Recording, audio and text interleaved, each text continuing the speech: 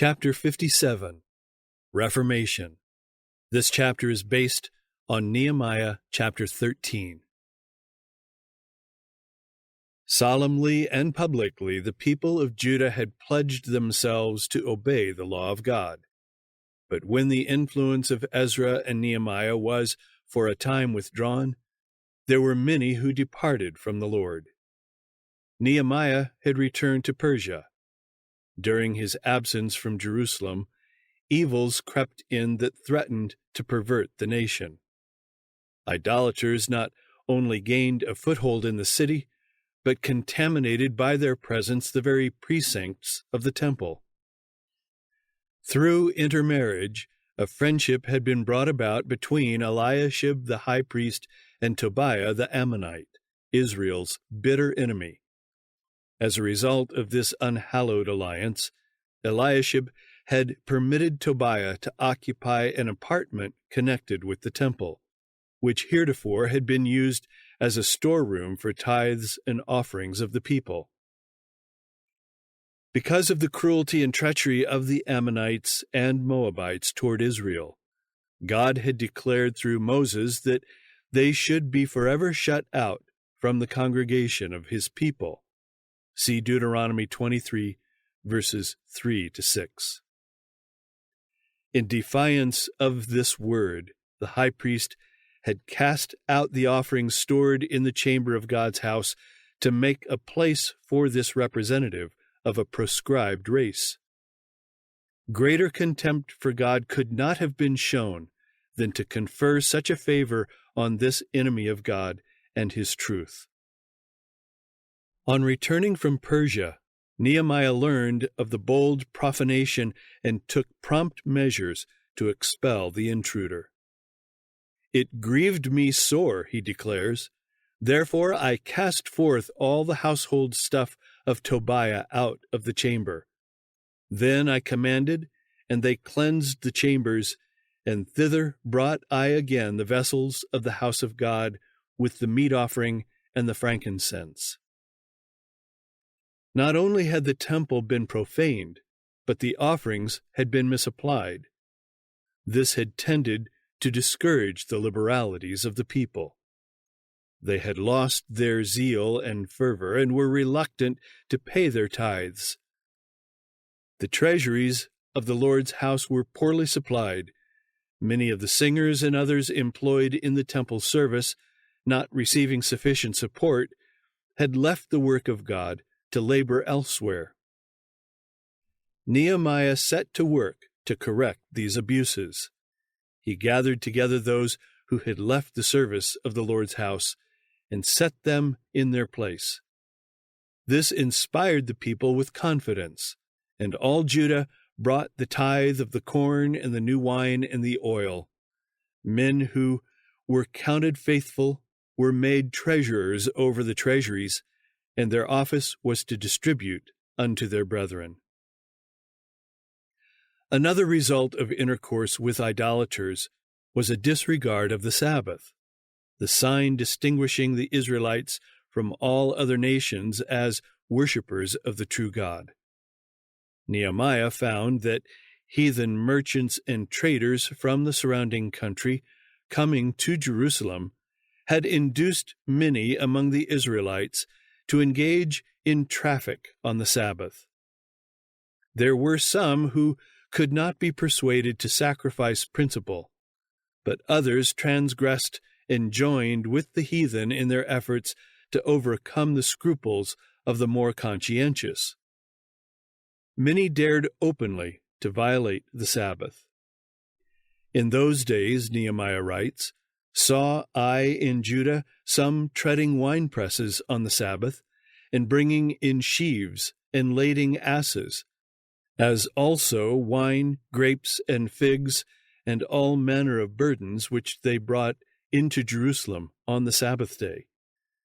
There dwelt men of Tyre also therein, which brought fish, and all manner of ware, and sold on the Sabbath unto the children of Judah." This state of things might have been prevented had the rulers exercised their authority, but a desire to advance their own interests had led them to favor the ungodly. Nehemiah fearlessly rebuked them for their neglect of duty. "What evil thing is this that ye do, and profane the Sabbath day?" he sternly demanded. "Did not your fathers thus, and did not our God bring all this evil upon us, and upon this city? Yet ye bring more wrath upon Israel by profaning the Sabbath." He then gave command that when the gates of Jerusalem began to be dark before the Sabbath, they should be shut, and not opened again till the Sabbath was past. And having more confidence in his own servants than in those that the magistrates of Jerusalem might appoint, he stationed them at the gates to see that his orders were enforced. Not inclined to abandon their purpose, the merchants and sellers of all kind of ware lodged without Jerusalem once or twice, hoping to find opportunity for traffic with either the citizens or the country people. Nehemiah warned them that they would be punished if they continued this practice. "Why lodge ye about the wall?" he demanded. "If ye do so again, I will lay hands on you." From that time forth came they no more on the Sabbath. He also directed the Levites to guard the gates, knowing that they would command greater respect than the common people, while from their close connection with the service of God, it was reasonable to expect that they would be more zealous in enforcing obedience to his law. And now Nehemiah turned his attention to the danger that again threatened Israel from intermarriage and association with idolaters. "In those days," he writes, "saw I Jews that had married wives of Ashdod, of Ammon, and of Moab. And their children spake half in the speech of Ashdod, and could not speak in the Jews' language, but according to the language of each people." These unlawful alliances were causing great confusion in Israel, for some who entered into them were men in high position, rulers to whom the people had a right to look for counsel and a safe example. Foreseeing the ruin before the nation if this evil were allowed to continue, Nehemiah reasoned earnestly with the wrongdoers. Pointing to the case of Solomon, he reminded them that among all the nations there had risen no king like this man, to whom God had given great wisdom. Yet idolatrous women had turned his heart from God, and his example had corrupted Israel. "Shall we then hearken unto you," Nehemiah sternly demanded, "to do all this great evil? Ye shall not give your daughters unto your sons, nor take their daughters unto your sons, or for yourselves." As he set before them God's commands and threatenings, and the fearful judgments visited on Israel in the past for this very sin, their consciences were aroused, and a work of reformation was begun that turned away God's threatened anger and brought his approval and blessing. There were some in sacred office who pleaded for their heathen wives, declaring that they could not bring themselves to separate from them.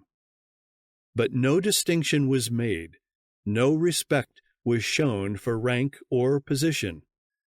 Whoever among the priests or rulers refused to sever his connection with idolaters was immediately separated from the service of the Lord.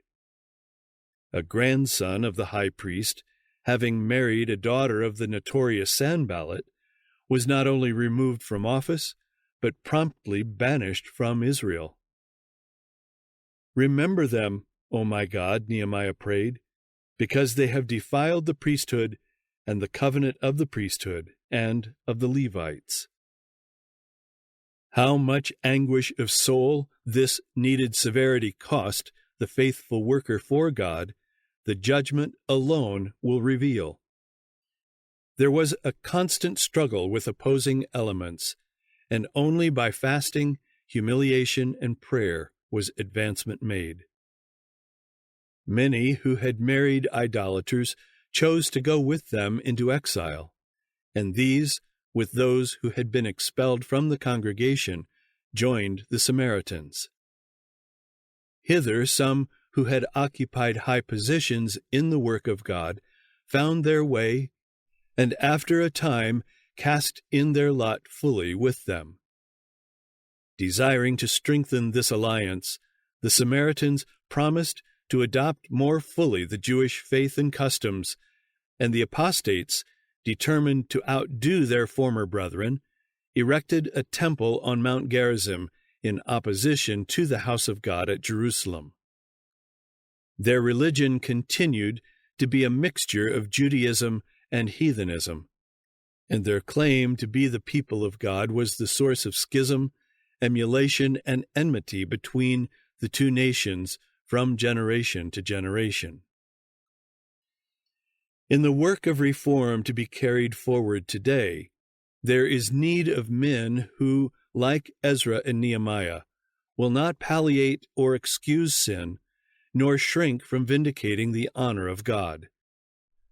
Those upon whom rests the burden of this work will not hold their peace when wrong is done, neither will they cover evil with a cloak of false charity. They will remember that God is no respecter of persons, and that severity to a few may prove mercy to many. They will remember also that in the one who rebukes evil, the Spirit of Christ should ever be revealed. In their work, Ezra and Nehemiah humbled themselves before God, confessing their sins and the sins of their people, and entreating pardon as if they themselves were the offenders. Patiently they toiled and prayed and suffered. That which made their work most difficult was not the open hostility of the heathen, but the secret opposition of pretended friends, who, by lending their influence to the service of evil, increased tenfold the burden of God's servants. These traitors furnished the Lord's enemies with material to use in their warfare upon his people. Their evil passions and rebellious wills were ever at war with the plain requirements of God. The success attending Nehemiah's efforts shows what prayer, faith, and wise, energetic action will accomplish. Nehemiah was not a priest. He was not a prophet. He made no pretension to high title. He was a reformer raised up for an important time.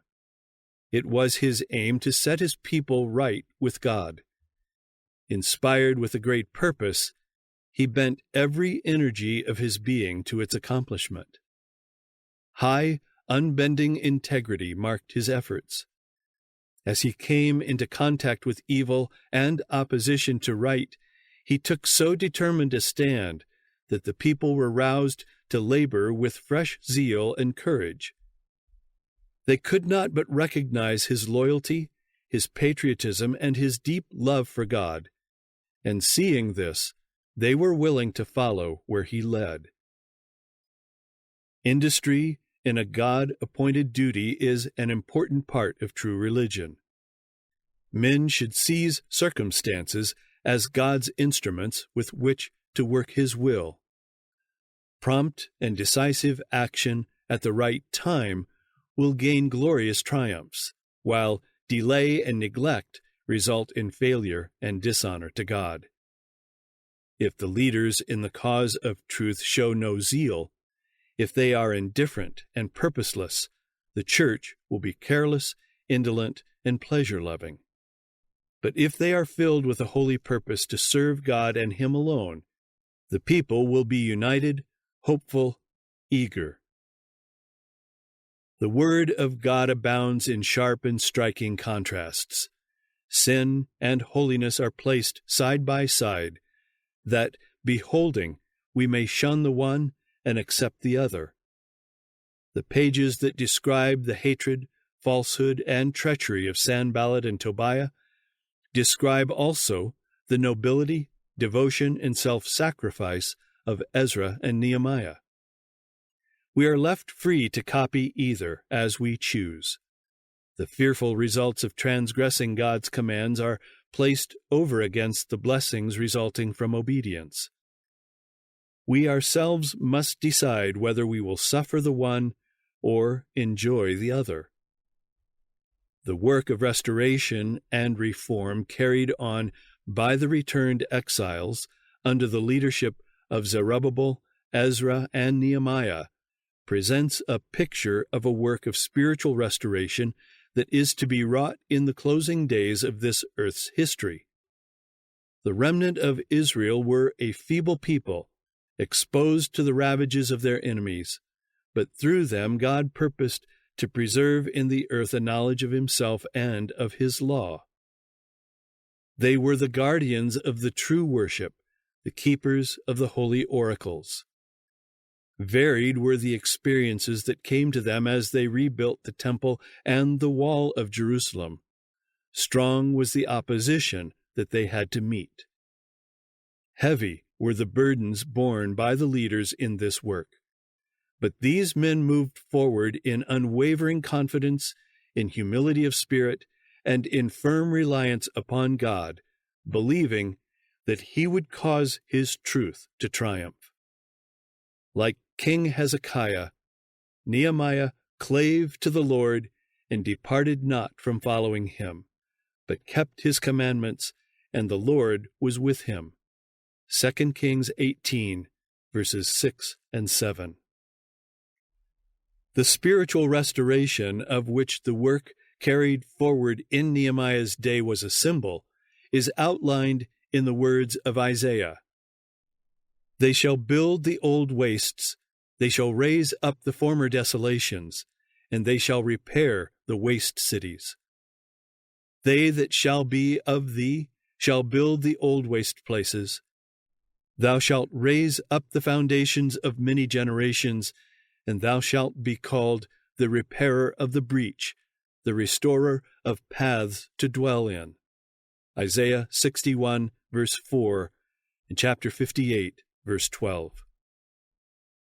The prophet here describes a people who, in a time of general departure from truth and righteousness, are seeking to restore the principles that are the foundation of the kingdom of God. They are repairers of a breach that has been made in God's law, the wall that he has placed around his chosen ones for their protection and obedience, to whose precepts of justice, truth, and purity is to be their perpetual safeguard. In words of unmistakable meaning, the prophet points out the specific work of this remnant people who build the wall. If thou turn away thy foot from the Sabbath, from doing thy pleasure on my holy day, and call the Sabbath a delight, the holy of the Lord, honorable, and shalt honor him, not doing thine own ways, nor finding thine own pleasure, nor speaking thine own words, then shalt thou delight thyself in the Lord, and I will cause thee to ride upon the high places of the earth, and feed thee with the heritage of Jacob thy father, for the mouth of the Lord hath spoken it. Isaiah 58, verses 13 and 14. In the time of the end, every divine institution is to be restored. The breach made in the law at the time the Sabbath was changed by man is to be repaired. God's remnant people, standing before the world as reformers, are to show that the law of God is the foundation of all enduring reform, and that the Sabbath of the fourth commandment is to stand as a memorial of creation, a constant reminder of the power of God. In clear, distinct lines, they are to present the necessity of obedience to all the precepts of the Decalogue. Constrained by the love of Christ, they are to cooperate with him in building up the waste places. They are to be repairers of the breach, restorers of paths to dwell in. See verse 12.